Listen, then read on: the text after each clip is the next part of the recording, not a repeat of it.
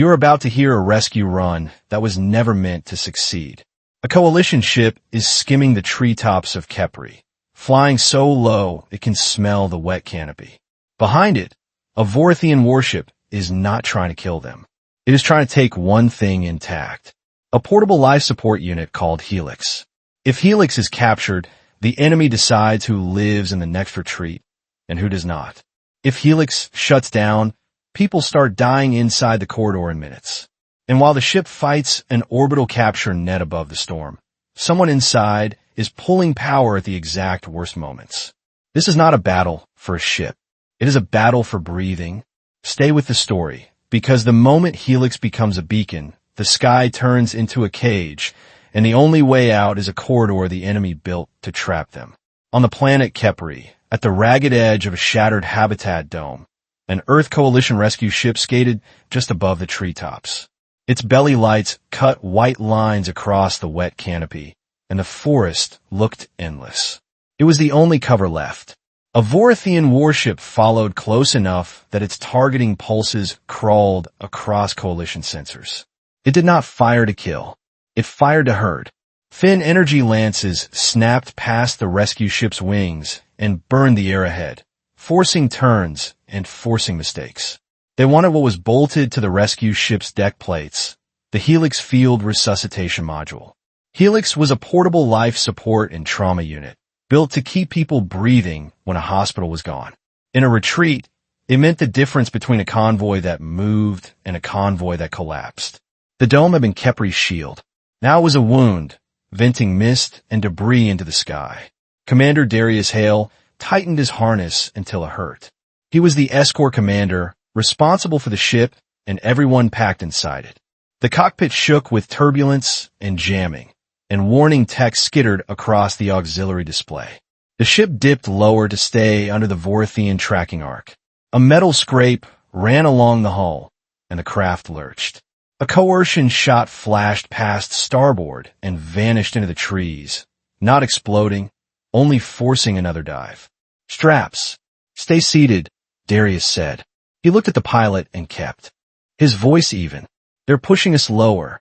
Keep her stable, or we bury this ship in the forest." The pilot swallowed and stayed on the controls. "Heat is climbing. If I push harder, we cook. If you do not push, they net us," Darius said. He watched the forward screen as storm bands gathered over the basin.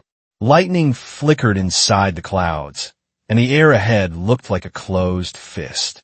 He made the decision before fear could argue. "Take us into the storm," Darius said. "Hug the canopy. Make them choose between losing us and crashing us." The ship plunged into darker air. Rain hit the windshield like gravel, and the sky ahead tightened into a hard wall of cloud. They had minutes, maybe less. Behind the cockpit, the corridor was not built for this many bodies. Refugees sat shoulder to shoulder on the deck with their backs against the bulkheads. Hands locked around small bags, and the air smelled of sweat, damp fabric, and overheating filters.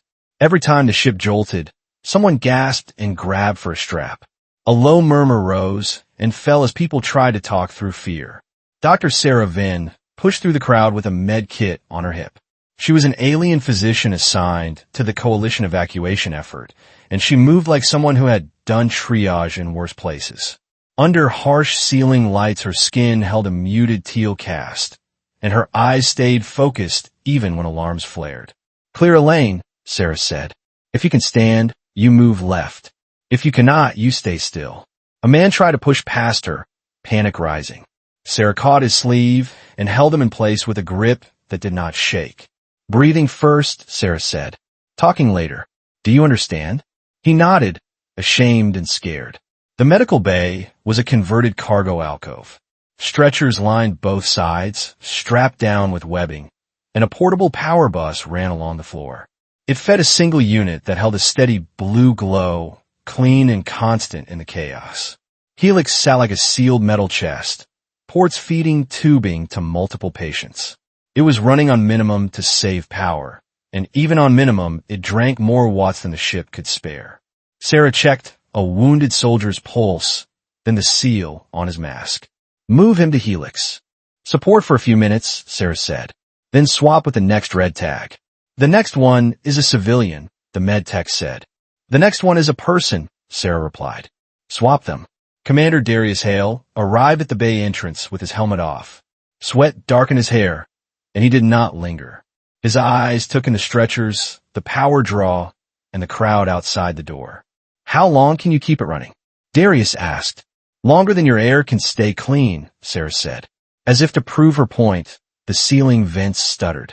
Airflow dropped, then returned uneven, and the corridor heard it immediately. People started to talk louder, as if volume could replace oxygen. A crew chief hurried in. Commander, oxygen is falling in Corridor 3. People are fainting. Darius stepped into the corridor and raised his voice, not shouting, just cutting through the noise. Listen, no running, no pushing, Darius said. If you can walk, you help someone who cannot. If you have water, you share a sip, then cap it. A woman near the wall lifted her head, eyes wide. Are we getting out? She asked. We are trying, Darius said. Stay with your group. The ship bucked again. Somewhere aft, metal slammed against metal. In the bay, Helix dimmed for a beat, then recovered, and Sera's jaw tightened as she watched the readout stabilize by thin margins. Do not let this unit drop, Sera said. It is why they are chasing us, Darius said. He ran back toward the cockpit. The storm swallowed the rescue ship. Rain hammered the hull in sheets, and lightning lit the cockpit in violent flashes. The canopy below became a strobing blur, a world of wet leaves and dark trunks rushing past too close. The pilot rode narrow valleys in the terrain, trying to break the Vorathian line of sight. The Vorathian warship stayed higher and used sensors that could see through weather. It placed energy lances ahead of the rescue ship, forcing predictable turns, and it sent mapping pulses into the air to trace the ship's wake through rain. Darius watched the tactical overlay as thin arcs appeared high above, then multiplied. Orbital net nodes were coming online. The Voratheians were weaving a capture grid through the upper atmosphere. They were sealing the sky, tightening the window, turning escape into a timing problem they controlled. They're deploying a net, the pilot said. If we climb, they lock us. They do not want to burn us, Darius said.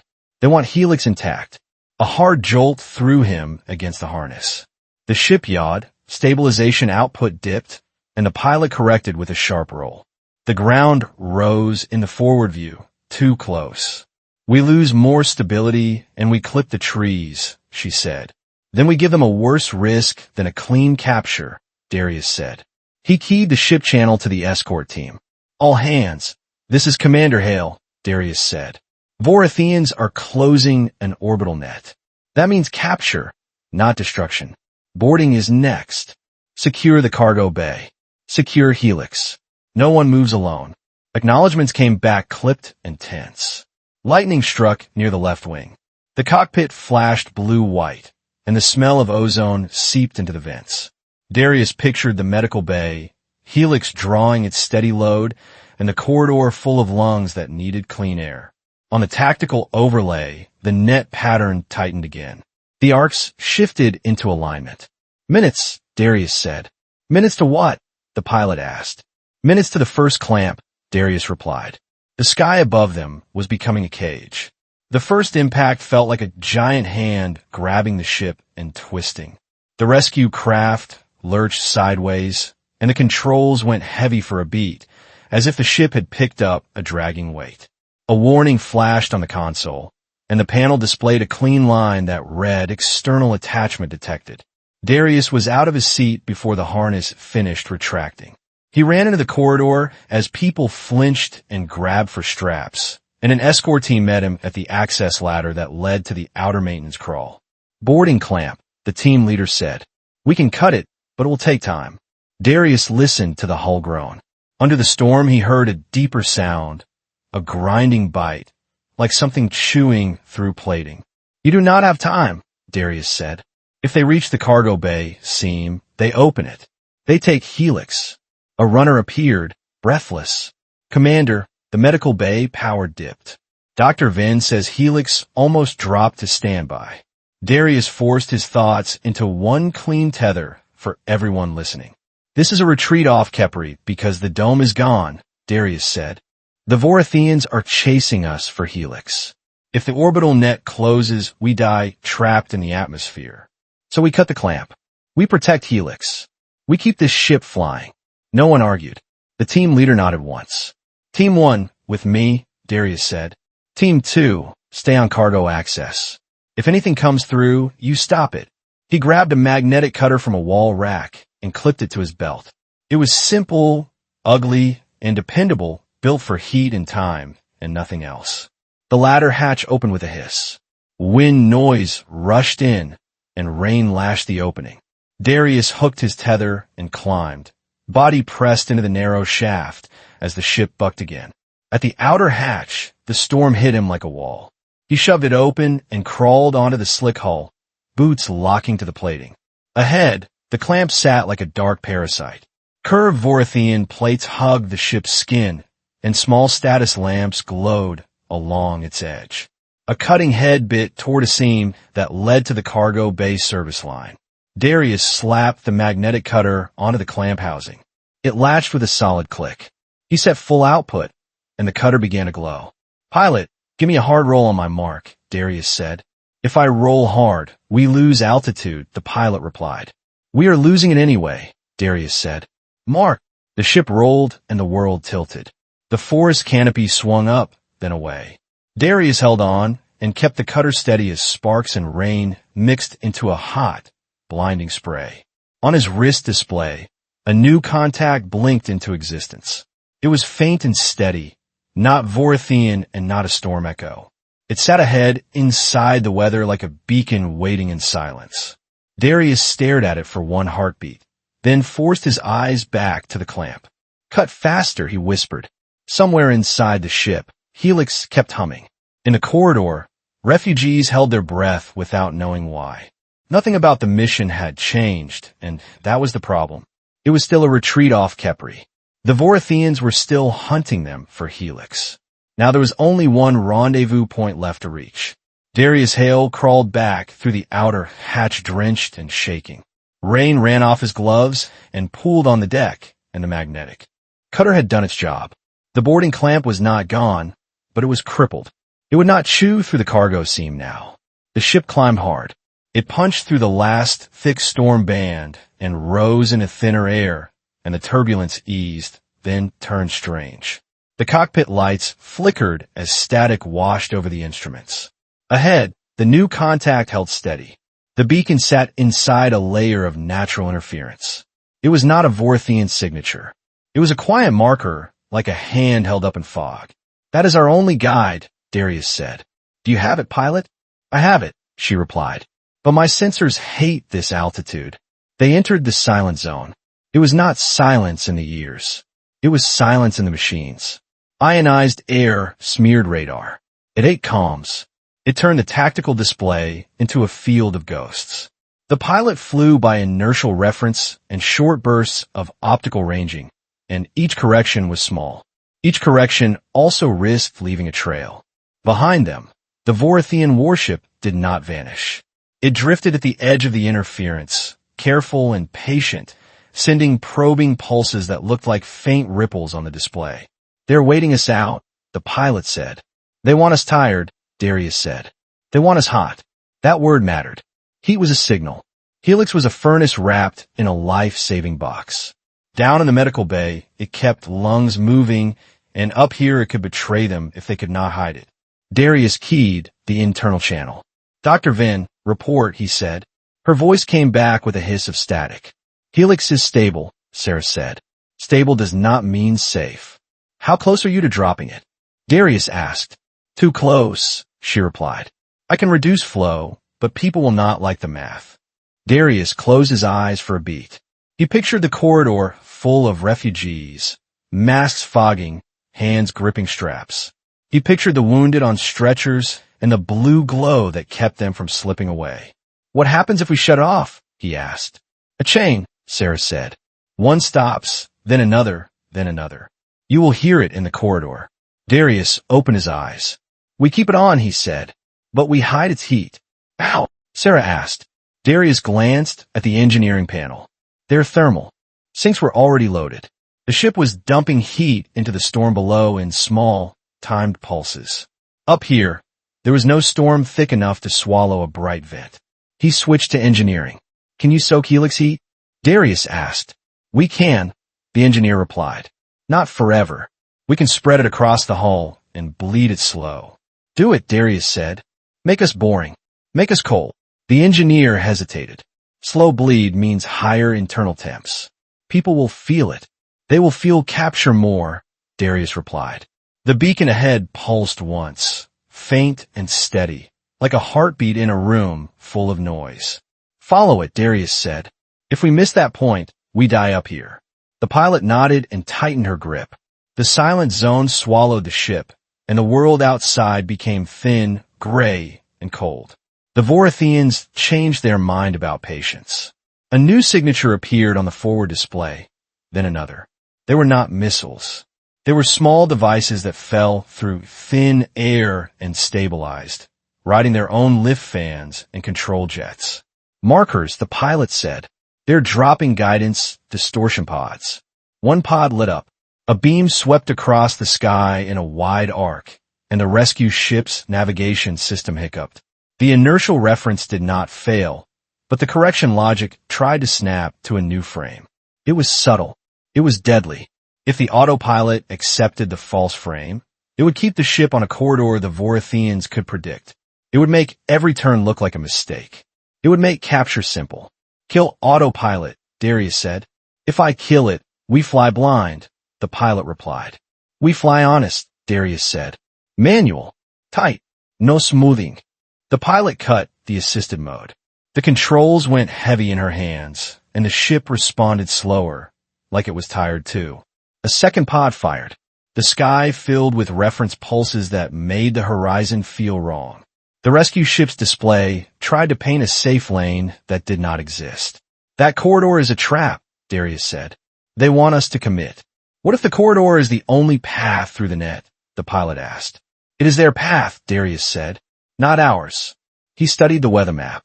Even in thin air, Khepri's upper layers carried currents and charged sheets. There were pockets where the interference peaked, ugly to fly through, but useful as cover. Take us through the densest cells, Darius said. Ride the worst static. The pilot swallowed. If I hit a sheer pocket, we drop. If we stay smooth, we get frozen, Darius replied.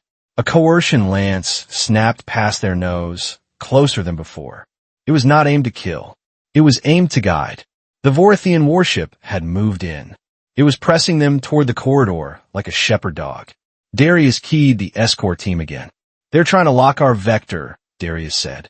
Expect a clamp, attempt again. Expect it soon. Commander, whole team is still strapped in, the team leader replied. We can move on your word. Not yet, Darius said. Wait for the second wave. They always use two hands. The pilot took them into a thick pocket of interference. The display filled with snow, and the ship shuddered as charged air scraped along the hull. The cockpit smelled faintly of hot insulation. For a few seconds, the Voratheian warship lost its clean track. Its targeting pulses smeared. It fired another lance, but it was late and wide. The pilot turned hard and hid the ship inside the worst of the static. Darius exhaled. Not relief, just a fraction of space to think. How long can you hold this? He asked. Long enough to break my wrists, the pilot said. Hold it, Darius replied. The rendezvous is close. The beacon ahead pulsed again, still steady, still waiting. The silent zone thinned as they neared the rendezvous point. The interference did not vanish, but it shifted, structured like a curtain with seams. The beacon sat on one seam, no longer a vague contact, but a coded light in a specific place. Darius lowered his voice. That beacon is ours, he said. It marks an anchor. An anchor for what? The pilot asked. Darius did not answer right away. He had been trained to treat secrets like oxygen. You did not waste them. He switched to a narrow internal channel and called Dr. Sera Venn. Doctor, can you spare a minute of attention? He asked. If you mean talk, no, Sera said. If you mean truth, maybe. We are heading to a hidden asset, Darius said. Sera was silent for a beat. A warship? She said. Yes, Darius replied. Why hide it, she asked. Because if the Voratheians knew, they would bring more ships, Darius said. And Khepri would stop being a raid. It would become a message. Sera's voice came back tight. And Helix makes us a prize. It makes us a magnet, Darius replied. The pilot glanced back, eyes flicking between Darius and the display. So the beacon leads to the warship?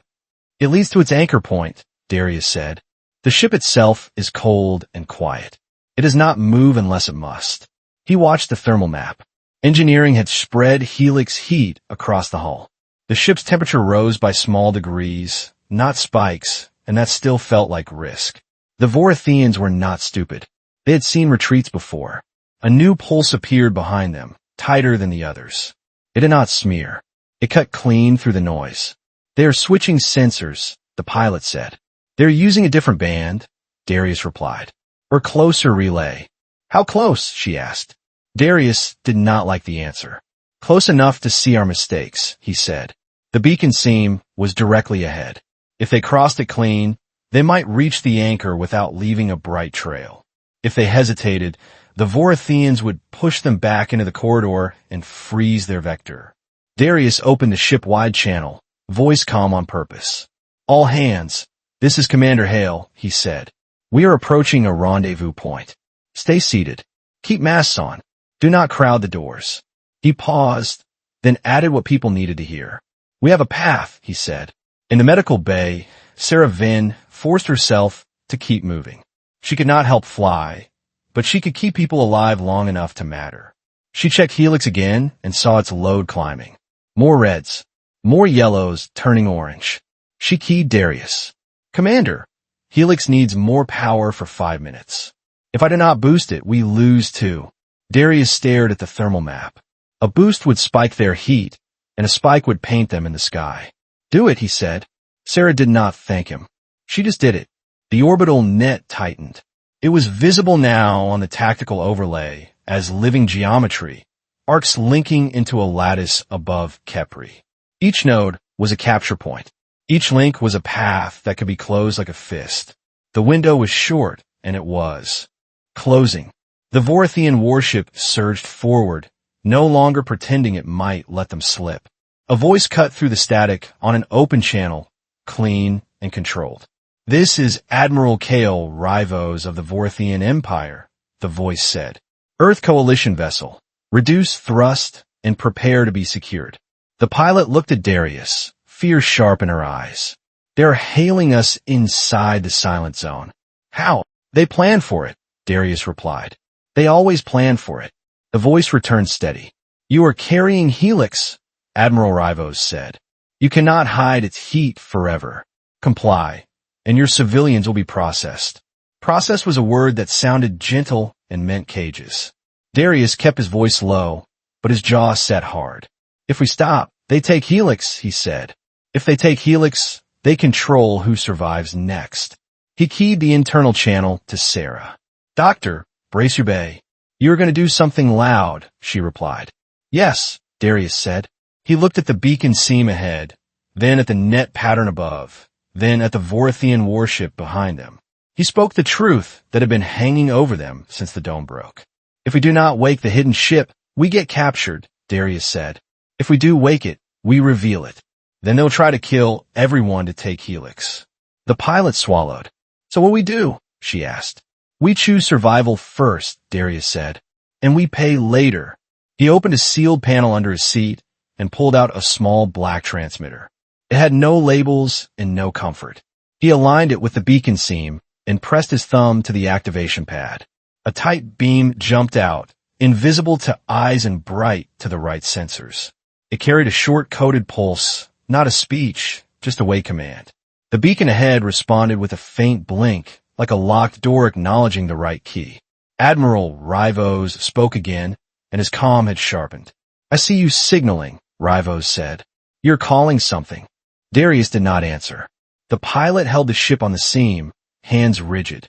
Engineering reported rising temperatures, and the Helix boost was still running. In the corridor, refugees felt the air grow warmer. They did not know why. They only knew the ship was straining. Sera Venn watched Helix hold 2 failing. Patients through the boost window. She watched their vitals stabilize by thin margins. She hated the numbers, and she lived by them. Then the ship's sensors picked up a new pattern. It was not a Vorathian pulse, and not storm noise. It was a deep, slow activation signature, like a giant machine turning one careful notch. The hidden ship was waking. Admiral Rivos went silent for half a second. When he spoke again, the patience was gone. All Vorathian units, converge, he said. Do not let them reach the anchor. Darius stared at the display as net links began to shift, closing toward them. Hold the seam, he told the pilot. Just a little longer. Outside, the sky above Khepri tightened like a trap. Inside, Helix kept humming, and the price of survival climbed with every second. Minutes later, the strain inside the ship stopped being abstract and became personal. Helix was still the reason they were being hunted, and the medical bay was already over capacity while the net tightened above them. Dr. Sera Venn braced a shoulder against the cabinet as the ship shuddered. The lights dimmed, returned, then dimmed again, and the air smelled warmer now, like a room where too many machines were running at once. Helix sat strapped to the deck with 4 hard locks. Its blue glow was steady, but the load readout was not. It climbed in small steps, then jumped. Sera pulled air through her mask and focused on what she could control. She checked a chest seal, then a pulse, then the tubing that fed oxygen to a young woman with ash-gray lips. A med tech, Private Jonah Mercer, held a bag of fluid and tried not to look afraid. He was new, but he was following orders. Doctor, we have 3 more coming in, Jonah said. 2 are red. 1 is yellow. Sera did not look up. Put the yellow in the corridor lane, she said. Give him a mask. Keep him sitting. No Hito moves. The ship rolled again. A stretcher strap snapped tight, and the patient on it grunted in pain. Sera looked at the Helix ports. They were all in use. If she added more, Helix would demand a power surge. A surge would turn the ship into a bright heat smear, and the Voratheians would see them through every cloud. Commander Darius Hale appeared at the bay entrance with his helmet under his arm. He looked like someone who had been outside in a storm and then asked to make a decision in a warm room. How bad? Darius asked. Sera spoke without softness. Helix is at the edge. If I push it, you light up. If I do not, we lose people. Darius glanced at the line of stretchers and then at the corridor beyond. Refugees sat with their backs to the wall, hands over their mouths, eyes fixed on the ceiling lights. They could feel the ship straining even if they did not understand why. What do you need? Darius asked. 5 minutes of higher flow, Sera said. Then I can rotate. Then I can keep the majority stable. And if I cannot give it? Darius asked. Sera took one slow breath. Then the first one goes, she said. Then the second gets scared and fights the mask. Then the corridor panics. Then you lose control. Jonah swallowed. Doctor, should I tell them? He asked. Sera shook her head. Tell them nothing, she said. Hands on straps. Breathe. That is all. Another jolt hit the hull. A new alarm tone rose under the older ones, not loud but sharp. Helix flickered for a fraction of a second as power was rerouted somewhere else. Sera stepped closer and placed a palm on the unit. She felt vibration through the casing, a calm mechanical hum holding the line. Stay with me, she murmured, not prayer, just habit. Darius keyed his internal link. Engineering, I need Helix priority for 5 minutes, he said. I accept the heat. Spread it and bleed slow. A pause. Then the engineer answered. Understood, Commander. That will raise internal temps and strain the sinks. Do it anyway, Darius replied. Sera watched the Helix readout settle. The blue light strengthened, and the young woman in front of her drew a cleaner breath. Sera let herself feel 1 second of relief. Then she crushed it and moved to the next bed. Jonah, swap line 1 in 2 minutes, Sera said. Do not argue with me. Do it. Outside the bay, the ship felt warmer. In the corridor, someone whispered a question. Are we burning? Someone asked. No one answered, because the answer was too dangerous to say out loud. A new problem did not arrive from outside. It arrived from within. In the aft access corridor, Security Chief Mara Ives knelt beside a maintenance panel and listened to the ship. She was Earth Coalition security, tasked with keeping the interior from turning into a second battlefield. Her tablet showed a power draw pattern that did not match anything Helix should do. It was small, but it was timed. It pulsed right before every navigation correction. Someone was tugging at the ship systems. Mara keyed her team, voice low. Team, we have an internal drain on the control bus, Mara said. Not a short, not random. It is deliberate. A guard beside her, Corporal Vance Kim, frowned. You think sabotage? Vance asked. I think someone wants us blind at the worst moment, Mara replied. They moved through the corridor without pushing people aside. They asked refugees to shift by a hand width, not a step, because panic lived in sudden motion. Mara stopped at a junction and watched the crowd. Most faces were tired. Some were glazed with shock. One man stood too straight, too attentive, eyes tracking every uniform. He noticed Mara, noticing him, and looked away too fast. Mara kept walking. She did not point. She did not shout. She just spoke in her mic. Vance, mark the male near junction 3, she said. Gray jacket. Novak, watching us. Vance angled behind him, casual, like he was just searching for someone. The man shifted, then shifted again, trying to find a lane. Mara reached the electrical bay door. The lock light was green, but the door was not fully sealed. Someone had been in and out quickly. Inside, the bay was hot and tight. Conduits ran along the walls like ribs. A small device sat clipped to a cable trunk, painted to match the metal. It was no bigger than a fist. Mara did not touch it.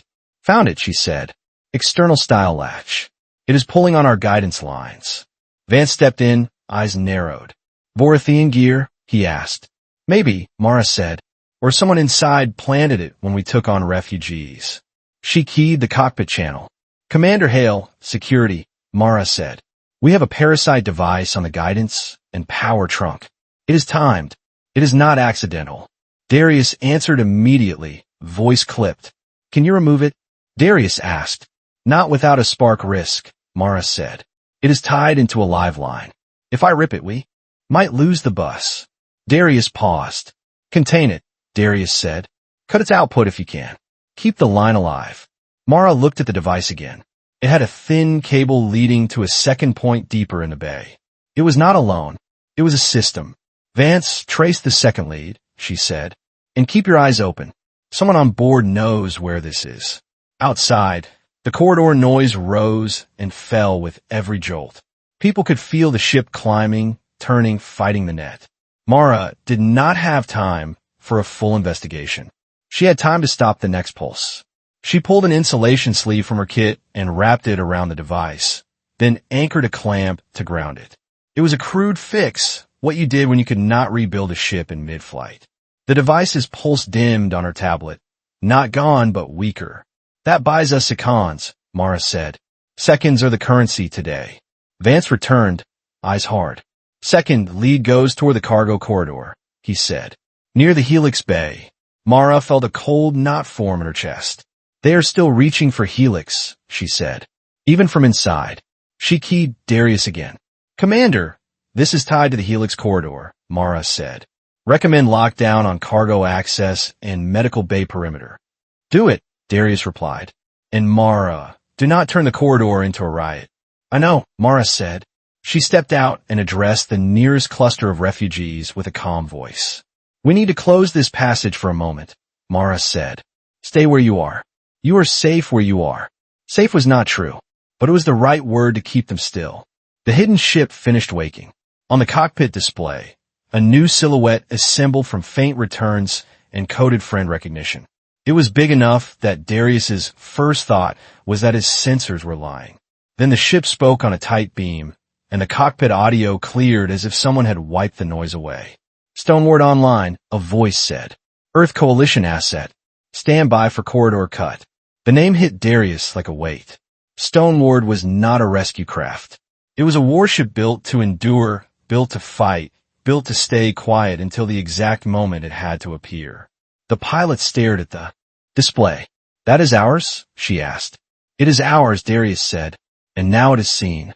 Outside, the Voratheian formation reacted instantly. Admiral Kale, Rivos, did not sound shocked. He sounded ready.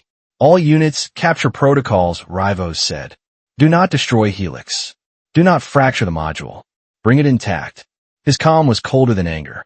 Stoneward moved first, not with a dramatic charge, but with measured thrust.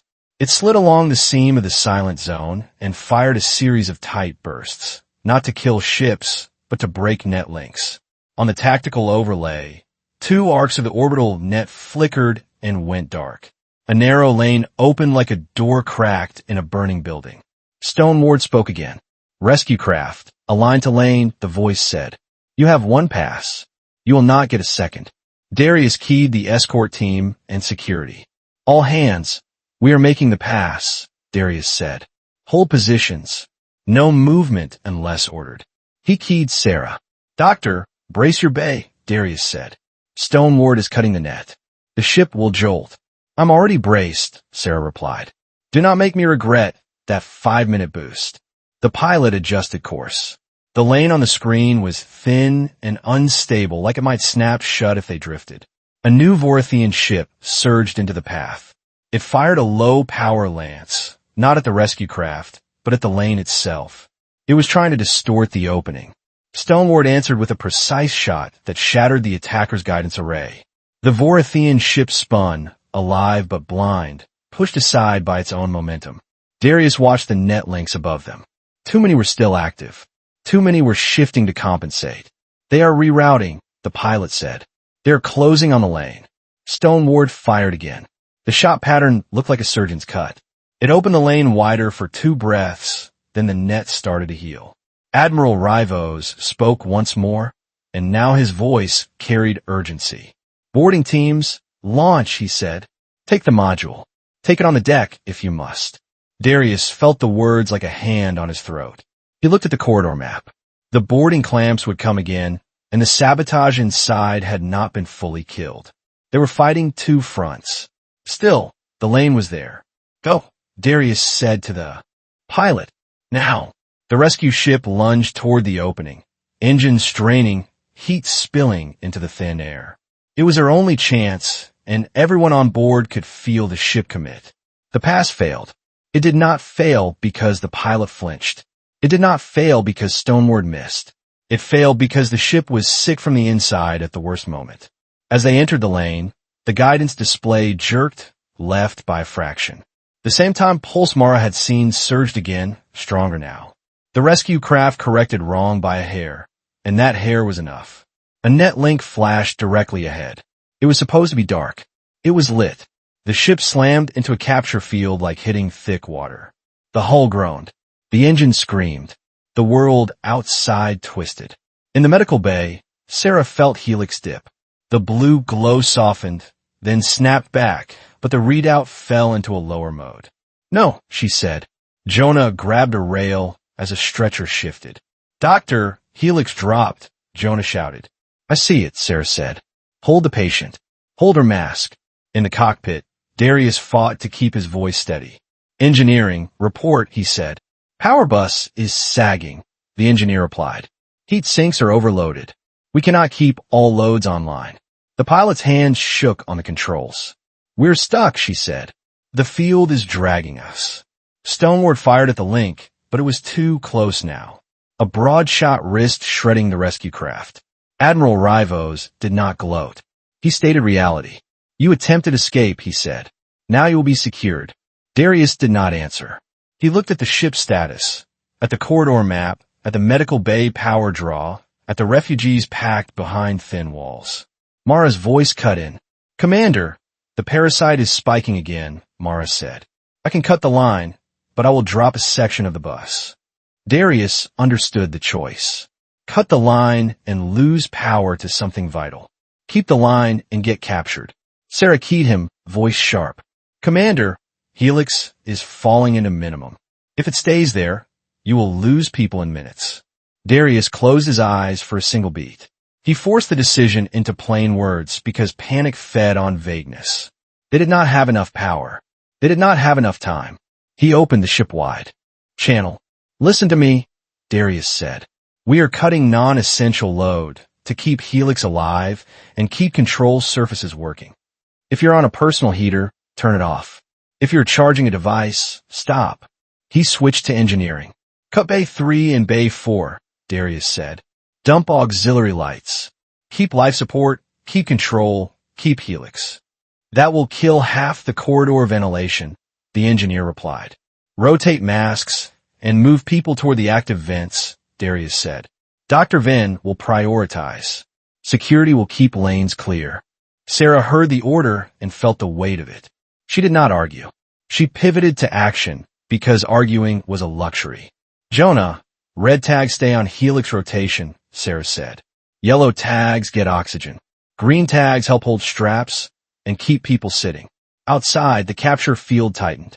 The rescue ship sagged as if the sky itself was pushing it down. Darius stared at the lane on the display. It was almost gone.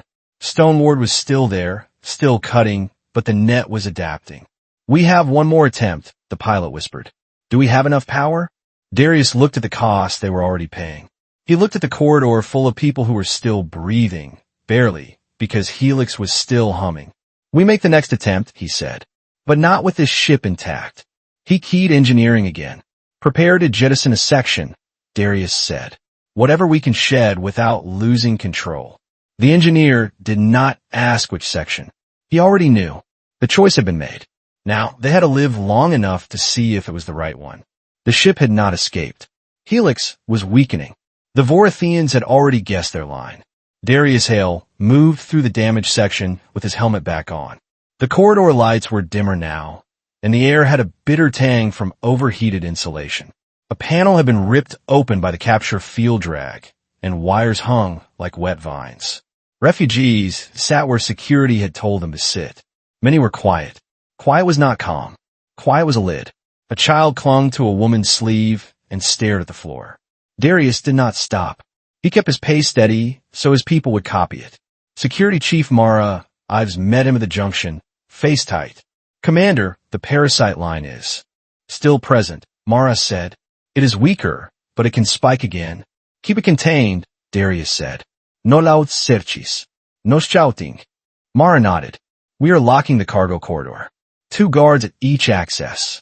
Darius heard a cough deeper in the crowd. It sounded dry, and he forced himself to think in tasks because tasks were the only thing that kept fear from spreading. He keyed the medical bay. Dr. Venn's status, Darius said. Sera answered fast, like she had been waiting. Helix is in minimum, Sera said. I can hold reds in rotation. I cannot hold everyone. What does that mean in plain words? Darius asked. It means green tags help themselves, Sera said. It means yellow tags get oxygen and heat control, not comfort. It means I stop trying to save pride. Darius swallowed the sting and kept his tone even. Do it, he said. Keep the majority alive long enough for the next attempt. He entered the medical bay. The blue glow from Helix was softer now, and that softness was a threat. Jonah Mercer stood with a checklist in his hand, trying to keep his own breathing steady. Sera looked up at Darius, eyes hard. I need quiet, she said. I need order. If people rush this door, I lose time. Darius turned back to the corridor and raised his voice just enough to carry. Listen, he said. We are making another attempt to break out. If you stand, you do it slowly.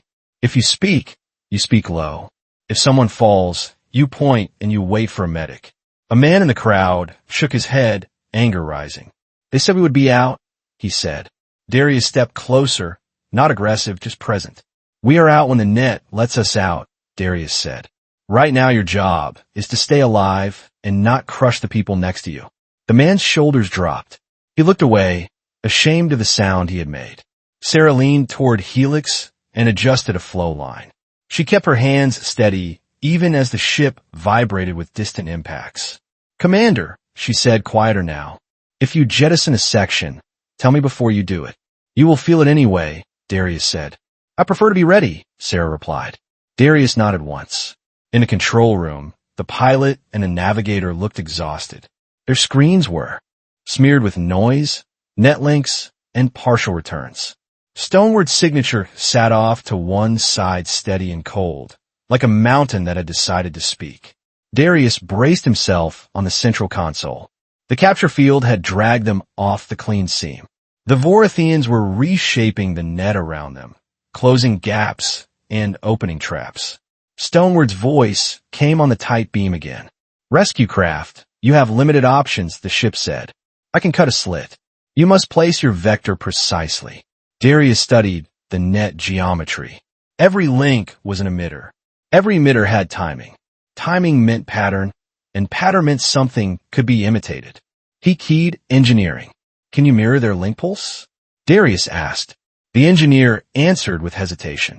We can spoof a pulse, but if we do it wrong, we will announce ourselves. We are already announced, Darius said. Do it right or do not do it at all. He looked at the pilot. How stable can you hold heading if the lane opens for seconds? Darius asked. Seconds, yes, she said. Anything longer, no. The drag will pull us.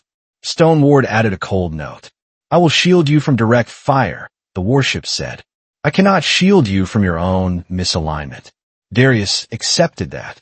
He moved to the navigation board and highlighted a cluster of net links that pulsed in a repeating cadence. The Voratheians were using those links as a gate. We will open a slit at their gate, Darius said. We will not fight the net. We will trick it. He keyed Mara. Security, I need the parasite line pinned, Darius said. No spikes during the pass. Mara's voice came back. Understood. We will clamp the trunk and ground it again. If it burns, it burns. Darius then keyed Sera. Doctor, I need you to pull Helix low down for the pass, he said. If we flare heat, they will aim the lane. Sera did not argue. She chose the least painful option. I will reduce flow for 1 minute, she said. During that minute, if someone dies, you live with it. Darius stared at the console, jaw tight. I will, he said. Before they committed to the pass, Darius made one more move, quiet and ruthless. The decoy group assembled in the forward auxiliary bay. It was a smaller escort craft, scarred, held together by rushed repairs and stubbornness. Darius stood with its team leader, Lieutenant Petra Sato, in front of a simple map. Petra was Earth Coalition escort, the kind of officer who did not waste words. You want us to pull their eyes, Petra said. Off the rescue craft and off Helix. Yes, Darius said. Kale Rivos is thinking in terms of capture. He will commit if he believes Helix is moving with you. Petra nodded. We can broadcast a false thermal profile. Make it look like we carry the load. Do it, Darius said. And keep your channel narrow. No speeches. Petra glanced toward the corridor where refugees sat. She did not look away fast. If we do this, we may not come back, she said. Darius did not soften the truth. If you do not do this, none of us come back, he replied. Petra took that in and exhaled once. Understood. My crew will fly it. Darius keyed Stoneward. Stoneward, can you cover a decoy run? He asked. The warship answered without hesitation. I can create confusion, Stoneward said. I cannot guarantee survival. That is enough, Darius said. Petra turned to her crew, voice level. We launch in 2 minutes, she said. We run hot, noisy, and wrong on purpose. We make them angry. A crewman laughed once, short and sharp. That is easy, he said. Petra's eyes cut to him. Save your breath, she said. You will need it. The decoy craft detached with a shudder. It slid into thin air and immediately spiked its heat profile. It broadcast a signature meant to resemble Helix load, bold enough to be seen even through interference. On the tactical display, Voratheian units shifted. Not all of them. Enough of them.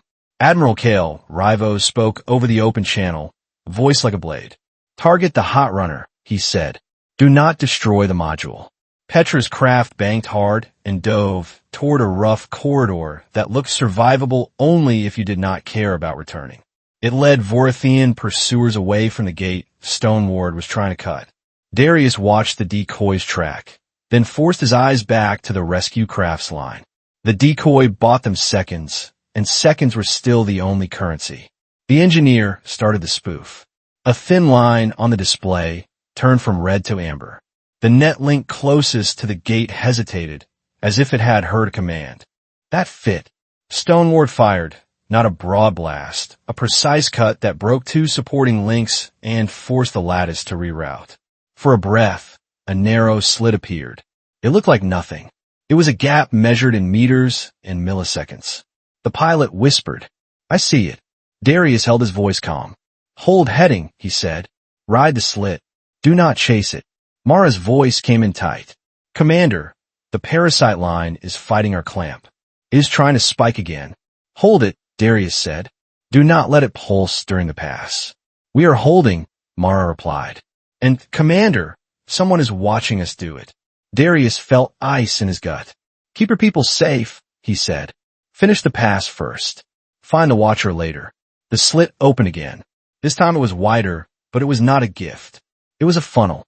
Stoneward's cut had forced the lattice into a new shape, and the Voratheians answered with their last move. They did not simply close the net. They turned the escape path into a single narrow corridor with emitters on both sides. A dead corridor. Darius saw it form on the display as a long channel of link fields. It led upward and out, but it was bordered by capture and fire control zones. The Voratheians had built a hallway with guns on the walls. Stoneward spoke blunt. "This is their corridor," the warship said. "It is your only exit." The pilot's hands trembled. "If we go through that, we get shredded. If we do not go through, we get captured," Darius replied. In the medical bay, Sera Venn's voice cut in. "Helix is still reduced. You have less than 1 minute before I must restore flow." Darius looked at the corridor map, then at the refugee count, then at the remaining power margin. They were still dragging from the capture field. They still carried damage. Their control surfaces were one failure away from a spin. He spoke into the cockpit. Not dramatic, just clear. "The slit is real," Darius said, "but the way out is a dead corridor. The only choice is to run it before it closes." Stoneward added a final line, colder than comfort. "I will suppress direct fire," the warship said. "I cannot stop boarding if they reach your hull." Darius keyed the ship-wide channel. He did not let fear into his tone, because fear traveled faster than sound. "All hands," he said. "Hold straps. Hold masks. Do not move. We're making the run now." Mara keyed him privately. "Commander, we can keep the parasite line clamped for the corridor, but if the corridor hits us, the clamp may break." "Do your best," Darius said. "That is all anyone can do." Sera keyed him next, voice flat with focus. "I am restoring Helix flow in 30 seconds. After that, the ship will run hotter." "I know," Darius replied. The pilot aligned to the corridor entrance. Stoneward fired in a tight sequence, carving a few degrees of breathing room. Voratheian units formed on either side, not to kill, but to herd, to clamp, to seize. Admiral Rivos spoke again, and now his voice carried satisfaction. "You will enter the corridor," he said. "You will be secured inside it." Darius did not answer. He reached forward and placed his hand on the console, feeling the vibration of a ship that still wanted to live. "On my mark," he told the pilot.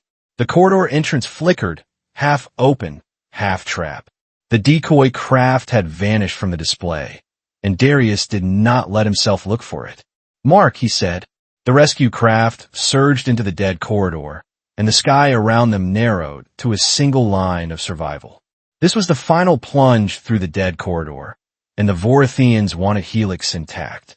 Stoneward flew ahead on the tactical feed, a dark wedge against the thin sky. It did not roar. It corrected in small burns and cut net links with tight, measured fire. The rescue ship held formation like an ambulance convoy in a shooting lane. Every correction made heat, and every heat spike made a trail. "Hold your line," Darius Hale said. "Do not chase the opening. Ride it." The pilot kept her voice flat. "If I drift, the field grabs us again." Behind the cockpit bulkhead, refugees stayed strapped in place. They could feel the scrape through their bones. Some prayed under their breath. Most just held on and waited for the next hit. Outside, Voratheian craft paced them on both sides of the corridor. They stayed just far enough to avoid Stoneward's cuts. They stayed close enough to launch clamps. Stoneward spoke on the tight beam. "I can suppress their arrays for short windows. I cannot stop." A close latch. In the medical bay, Dr. Sera Venn felt the ship's strain in her knees. Helix hummed low, then climbed as she restored flow. The unit warmed the air and the fear at the same time. 1 minute, Sera said. Then I have to bring Helix back up. Darius heard it and watched the thermal map. He did not like how bright they were becoming. Mara's eyes cut in from security. The parasite line is still clamped, Commander. But the clamp is heating. It may slip. Darius kept his voice calm. Keep it until we are through. If it slips, call it immediately. The corridor tightened again. A net emitter ahead flickered, then steadied, like a door deciding to stay shut. Stoneward fired 3 precise bursts. The emitter went dark.